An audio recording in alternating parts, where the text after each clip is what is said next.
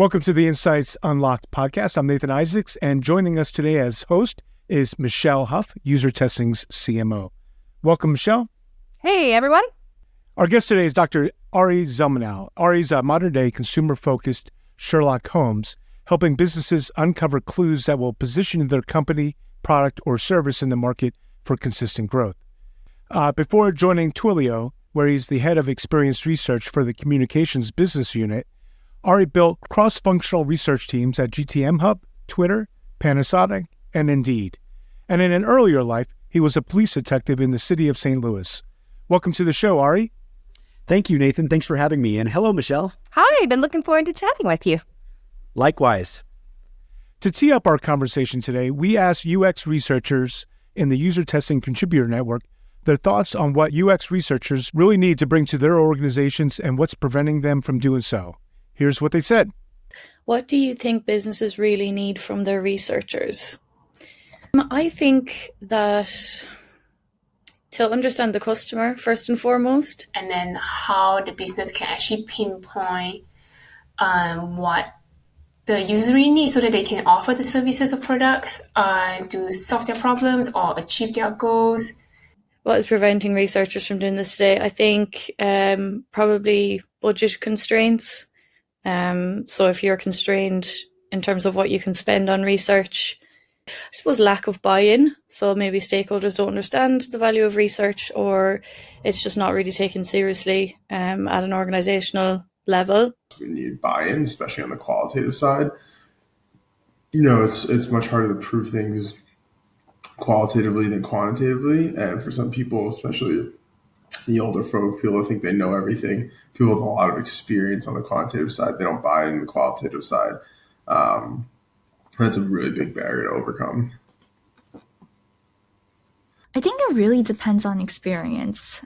They have to have a solid understanding of how to manage stakeholder expectations, how to align the user goals with the business goals, and user researchers, like their primary goal is to, of course, do UX research, but behind that also involves advocating for the user, understanding what they want, and seeing how that would tie in with the business goals. So yeah, I feel like that really comes with experience and learning how to have that fine balance between business and user. Ari, okay, so we just watched those. What are your thoughts? I mean, it's interesting, right? We asked, people right now what they're thinking about this kind of current dynamic. And, as someone who's been leading teams and been in this space for quite some time, what's your reaction? So a few things struck me. First, the fact that nobody pointed to a desired outcome of research was striking. It was very tactical and myopically focused on learning about the customer or understanding the user. If I were answering that question, I would say research helps the business make more informed and less risky business decisions. This is mistake number one. Then the idea of buy-in was a theme. If research were truly valued, why would we need to get buy-in? Wouldn't we already have it? Wouldn't people be bought into the value of research? Which begs the question, what is the value of research? If I were a buyer and this is how people were describing research to me, I wouldn't purchase either. This is mistake number two. So I see it, we have a twofold problem here. We have an identity problem, what is research? And then we have an education problem. What do businesses think we do or who we are? I would bet if you asked 100 different stakeholders what research was or what research did, you'd get 100 different answers. And look at the evidence. You asked a few researchers and you got different answers. How can we expect businesses to understand and articulate our value if we can't do it ourselves? I was also struck by the idea that buy-in on the qualitative side is such a major issue. And I've seen this consistently throughout my career, but I think it's ludicrous. Let me ask you this. What is the burden of proof needed to convict somebody of capital murder and put them in prison for the rest of their life? It's proof beyond a reasonable doubt. It's not absolute proof, not quantifiable large sample data science proof.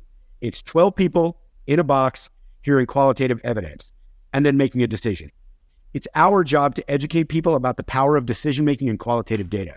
And finally, I love the last comments about the alignment of business goals and customer needs. The reality is a business wants 5 things. Business only wants 5 things. It's growth, value, adaptability, risk, and speed. They want to grow. They want business value. And yes, that is created by creating customer value. And they want adaptability to be able to adapt to things like COVID or macroeconomic headwinds. They want to mitigate risk through better decision-making, and they want to move faster. Totally. And I think that those are my thoughts on the video. Yeah, no, I mean, this speaks to me. And, I think it might be helpful if you kind of explain, we did a little intro about you, but, you came from a research criminal, right? Detective background. Maybe tell, so that the audience can kind of hear, how did you kind of get into this space and what's your experience? And I'd love to pivot into, just, where we've come from, but a little bit into those points you called out. Where do we think this takes us next? Maybe, help everyone understand a little bit about you. Sure. I was a Metropolitan Police detective for the city of St. Louis. I've investigated everything from child abuse cases to aggravated assaults to solving homicides and financial crimes, everything in between. Loved it, loved the work, but ultimately got my master's and doctorate and then entered the world of research. And I was fortunate to really get some experience in market research before I joined Twitter to build their first research function for their data business. And then had an opportunity to build a strategic insight team for Panasonic. Then I joined Indeed to help build a team for their internal platforms. Then had an opportunity to build a strategic insights team for a scale-up called GTM Hub. And now I am at Twilio, where I'm leading research for a small but mighty research team and research operations team for their communications business and for Twilio. Nice. Well, and I love that. I think we chatted a little bit earlier, but, my background, I started, back in the day where we did like front page was building websites and all these different functions didn't exist, and I think, I've seen how a lot of things have changed by, even the idea of having a design department or even product management when it came to a lot of these things and obviously research. And you've seen quite a bit being at all these different companies and sizes, and maybe your reactions to those videos, over the last several years of really seeing the research evolve from my end. I think there's always been this interesting dynamic between research and business and outcomes and how people translate between the two. And I guess I'd love to, you wrote, if anyone checks out on Ari's LinkedIn post, he has some strong opinions, but I think they're really insightful. And I'd love for you to share a little bit more. You've talked about how maybe we need to blow up how research is actually done and replace it with this strategic insight and foresight team. And maybe that kind of connects back to like the future of where you think should go and kind of this connecting back to outcomes. So starting from where research was or has been, we've kind of relegated ourselves as a profession to service providers. We feel like the value or the at least the revealed value that we've had is we're going to do usability tests, we're going to do interviews, we're going to represent the voice of the customer in conversations. The problem with that is that it doesn't paint to an outcome. Those are all outputs. SIFT teams, or strategic insight and foresight teams, I think are the research of the future. They should be centralized teams, accountable to all, but beholden to no one. So if you think about checks and balances or independence or being independent from influence or bias, these researchers would still serve marketing. They would still serve customer success. They would still serve product or UX teams, but they would do so by having a single source of truth for all of the data and information. And like a detective, they would put together cases about what the business should do, and then they should develop a point of view and present that to the business. Now, that's also, it's based upon business stakeholders. Like, Michelle, you're a CMO. You don't want a researcher coming in and being like, I don't want you knowing anything about the customers. We're going to tell you everything, and you shouldn't have a point of view. you should have a point of view and research should have a point of view. And when you have that, you're using data to have better conversations and make better decisions. And you're doing it based upon data rather than bias, conjecture, or opinion.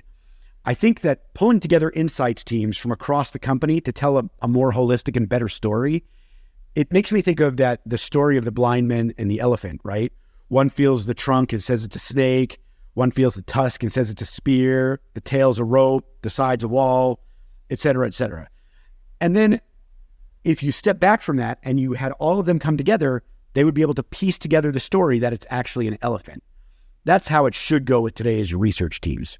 Oh, definitely. Well, it's interesting. I think to that point, I remember, just even at UserTesting, we used to have a little video clip, and it was someone interacting with Alexa device in their kitchen.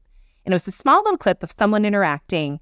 And I've always pointed out it could be the exact same clip, but depending on your function, people had really different observations, right? Like someone in the design team would probably look at it and go, oh, that's so interesting. It's just plopped right in the center of the island and the chords are kind of everywhere. And right. And so there's this that's an inch. I would have never thought they'd put it there. Right. And someone from the marketing organization maybe would be listening. It's like, oh, that's interesting that when they were showing it off, they referred to, it's a her, it's a she, it's Alexa, right? Like it's this person, and then from the product management, it was at the very end, they said, I sometimes use it as an alarm clock, So like product would be like, oh, there's like an interesting feature. Like I never thought that, of maybe using it a different way. And so I just, you think of all the different observations that different teams would have from that one clip. And it just reminded me of your trunk versus, right? Like I feel like when people have different points of views and they're coming to the table, it almost creates a better, richer debate and conversation of what should be done. 100%. And I think the problem is that researchers have historically delivered data. And I believe that researchers shouldn't just deliver data. They shouldn't just deliver insights. They should deliver counsel. They should be the consiglieri to the business, like Tom Hagen in The Godfather, or in Game of Thrones, the right hand to the king, or queen, the person that gives advice. And I think the other part of that's interesting is people, I think, have historically thought of research as needing to be this impartial box where people collect things and it's unbiased. But I think that a research project is really 3 phases, right? It's phase 1 is data collection. That should be impartial. As a detective, you go to a scene and you make sure that you don't taint the evidence. You don't put your DNA in other people's DNA. You collect the fingerprints in the right way. Everything is collected with impartiality. But then the second phase of a project is building the case. That's when you're piecing together the evidence and making sense of what all that evidence means. And then the third is negotiating an outcome. It's presenting that case to make a decision. As a detective, it's should we prosecute this individual or should we not? The same applies in business. We collect the evidence, we build a case, and we negotiate an outcome. Yeah, no, I love it. And I think, I guess maybe related to this is, okay, if you kind of see this shift to have research teams be more, right? Like they are strategic consultants and, some organizations really have kind of a belief that really no one else should speak to the customer. It should all go through something centralized, right? Because they would be doing it wrong, or like it wouldn't be, non-biased. Like they'll use it just to kind of prove their own points. And there's kind of a lot of fear in other people talking to organizations. And how do you think about that? If you, in the spirit of what you think research should translate to, and then what should the rest of the organizations do? Because on the flip side, I also talk to sometimes product managers, and they're like, yeah, don't we have a team that talks to the customers? I don't really have to, right? So I see the dynamic in lots of different ways. I think that product managers, marketers should talk to customers, full stop. There's no research should not be gatekeeping, although I don't think gatekeeping is the bad word that people make it out to be. I think that research being an independent function that works and reports directly to the C-suite, that isn't measured on research report output, makes that okay. And here's how that works. if a product manager is talking to a customer and they're calling them interviews or something else, but research is doing what research is supposed to be doing, they're corroborating or triangulating. Now, a product manager might come to a point of view, but a researcher should be developing a point of view. If those points of view contradict, well, then you try it in the court of business appeal. Like let's talk about both points of view and the evidence that gets us here. I think it makes for a much better, richer debate and conversation. We should not be delivering that for other people to just make decisions. And I believe that we have to be independent. We have to be free from influence. The problem is that many research teams right now are under UX, they're under design teams, they're under product, or they're under marketing. And what ends up happening is you'll hear in the language, we need to validate this idea. When somebody's saying we need to validate this idea, they're saying, we need you to confirm what I'm thinking is right. And that's confirmation bias 101. Instead, if you heard language like, hey, can we test these assumptions? Now that's much more interesting to me. Yeah, no, that makes sense. So then I guess as a question, as we're looking in the future, it's hard not to see trends and read about the future today with technology and not hear about AI, machine learning. And so, what's your take on all of this, and how is that going to change, experience research, the role of these teams, the role of research? Well, if you think about the job to be done of research, like what we should be hiring researchers to do, we should hire researchers to help businesses make more informed and less risky decisions. Full stop. So if that's the case, and we're accepting the premise that researchers don't deliver data, they don't deliver insights, they deliver counsel, well, then AI and machine learning is only going to help researchers deliver counsel faster. The problem is that research, there's two ways to look at researchers. You can be Bob the bagel guy or Michelle the McKinsey consultant. Bob the bagel guy, the only question Bob gets asked is, how is Sesame today? Michelle helps form business strategy. She's the one the CEO goes to when the game is on the line. We have big decisions to make. We need growth. We need increased customer value. They'll ask Michelle. Researchers should be the McKinsey consultant, not Bob the bagel guy. And if they do that, AI and machine learning tools only help them do that. Just like any tool, just like UserTesting or Maze or Dovetail or insert tool here, those are tools that help us do our job better. Think about it like this. A stethoscope doesn't make the doctor. The stethoscope's a tool a doctor uses to help diagnose and treat illnesses. It's the same thing. I don't see AI and machine learning as a threat. I see it as, how are we going to leverage this to make better decisions faster? Yeah, no, and I love that. And I think we tie it back to even like the videos that we were watching earlier and people's opinions around that. It just kind of seems like, if you're not just presenting qualitative research, but you're presenting counsel, and the counsel is trying to influence, right, like decision-making and action, right? It just kind of changes that whole dynamic, right? 100%. I think when you think about our job is to help the business get the right data together, make sense of it, and then negotiate an outcome from that. Make business decisions. And we should be, as strategic researchers, we shouldn't be thinking about things that aren't interesting to the business. Like, I can't tell you if a CEO, I've never heard a CEO say, hey, we need to build empathy, or let's build a delightful experience. What they say is growth, value, adaptability, risk, speed. If they say something other than that, believe it links to growth, value, adaptability, risk, speed. So like when you're building a delightful experience, no company is going to spend $1 million to create the most delightful, best experience to make $1,000. They're not making $1,001. Spending the $1 million isn't worth it. Totally right. It's the we need to be driving a business, and we're driving growth. And we think our strategy, it's more of the how. We think it's because we need to better connect with customers, or we're going to do it to differentiate because we're going to have a different experience. But it's because you're driving this broader business outcome. But you just told that story you just told in that very brief period, like right there in the seconds, is the right story. The problem is that researchers have historically not told that story. They leave it implied or implicit that like we're connecting to these outcomes of growth or value, or sometimes we're not even connecting that anyway. They're talking about empathy for the customer. And look, I want customers to like the products that we build and use, but if they're not profitable for the business won't make them. It just won't happen.